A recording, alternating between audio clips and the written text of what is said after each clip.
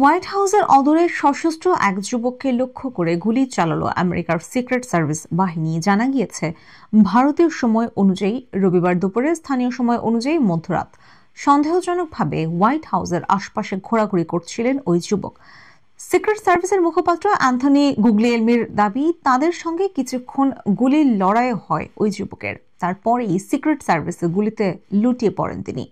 অজ্ঞাত পরিচয় ওই যুবককে উদ্ধার করে স্থানীয় হাসপাতালে নিয়ে যাওয়া হয়েছে। কড়া নিরাপত্তার ঘেরা টোপে রাখা হয়েছে তাকে। তবে এই যুবকের অবস্থা এই মুহূর্তে কি রকম তা এখনো জানা যায়নি। কে এই যুবক, কি উদ্দেশ্যে এই সময় হোয়াইট হাউসের আশেপাশে ঘোরাঘুরি করছিলেন তিনি, সেসবও স্পষ্ট নয়। গোটা ঘটনায় তদন্ত শুরু হচ্ছে। তবে সংবাদ সংস্থা রয়টার্স জানাচ্ছে, ঘটনার সময় হোয়াইট হাউসে ছিলেন না মার্কিন প্রেসিডেন্ট ডোনাল্ড ট্রাম্প।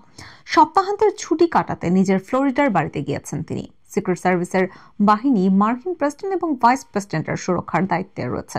তারাই জানিয়েছেন, গোপন সূত্রে পাওয়া খবরের ভিত্তিতে স্থানীয় পুলিশ সিক্রেট সার্ভিসকে জানিয়েছিল, ইন্ডিয়ানা থেকে ওয়াশিংটনের দিকে রওনা হয়েছেন এক যুবক। তার মানসিক অবস্থা স্থিতিশীল নয়, যে কোনো সময় তিনি আত্মঘাতী হামলা করতে পারেন। এরপরেই সতর্ক হয় সিক্রেট সার্ভিস। হোয়াইট হাউস চত্বরেও জোরদার করা হয় নিরাপত্তা। প্রায় মধ্যরাতের দিকে সিক্রেট সার্ভিসের সদস্যরা হোয়াইট হাউসের অদূরে 17 নম্বর স্ট্রিট এবং জি স্ট্রিটের কাছে ওই ব্যক্তিকে দেখতে পান।